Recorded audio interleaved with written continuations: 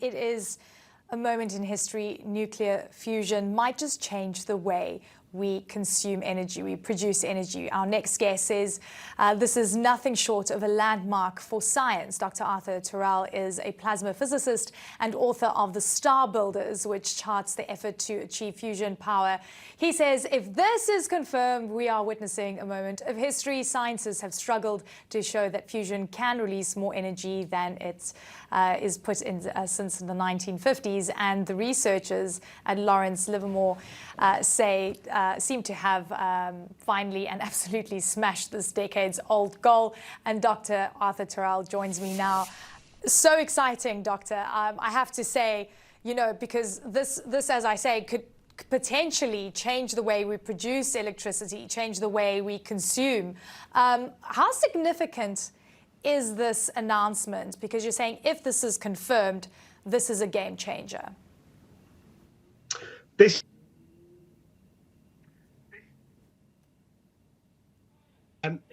Bear in mind here that nuclear fusion is the process that powers stars, right? So we've all experienced it if you go outside on a sunny day, or if you see those pinpricks of light at night. It's the same process. So to reproduce it here on Earth is an extraordinary feat, or to get more energy out than was put in is an extraordinary feat. And it really opens up the possibility of turning this into a power source that we can use. Okay, so I want you to take me about how clean this is. So nuclear fission produces waste. Fusion is different. I think that's now the question. This has been done in a lab. What does it mean if we scale this? What does it mean if we do this in mega production? Yeah, so it's really worth saying that this is a scientific experiment, and its goal was always just to demonstrate the principle that you could get more energy out than you put in. So it's a long way from the kind of thing that you design if you're trying to make a power plant. But it's a really important milestone because, of course, who's going to fund a prototype power plant unless you can demonstrate that you can actually produce energy? So it's a really important point on the route. In terms of cleanliness, look, this is a completely carbon-free power source like nuclear fission, but some of the advantages over fission, which is what's in today's nuclear power stations, is that there's just no chance of meltdown. And although fusion does produce some radioactive waste, it's only from the chamber itself. It's not waste products, it's not spent fuel, and we think it will probably last maybe 100 years rather than the very, very long time scales, thousands of years, that some really dangerous fission radioactive waste will last. So for all of those reasons, people think it's a really great power source, and there's enough fuel for potentially millions of years of energy.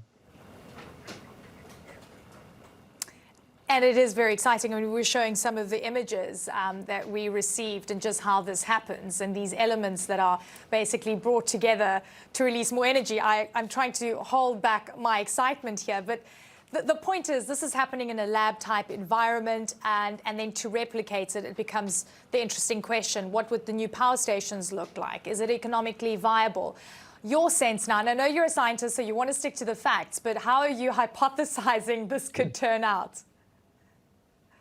Yeah, you're absolutely right to talk about how impressive the lab is, can I just say. So the precision in the design of this has been extraordinary, and it's just on its own, even if we never use it for a power source, the scientific achievement here is just wonderful.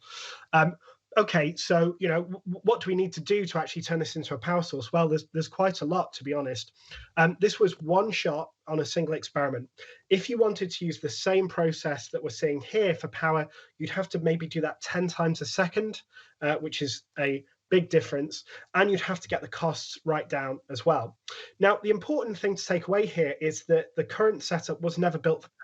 And this shows us not just that laser fusion can work, but it gives us a really good idea that actually other approaches to fusion that might eventually be more economical can work as well. So I think the biggest effect this is going to have is crowd in investment, innovation, ideas, and frankly, excitement in trying to think about how we take fusion from a scientific experiment to something that might actually be suitable for a power plant and economical in the future.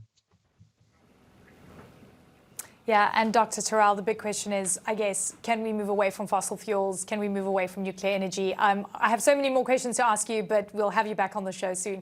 Thank you so much for joining us today. Much appreciated for your time.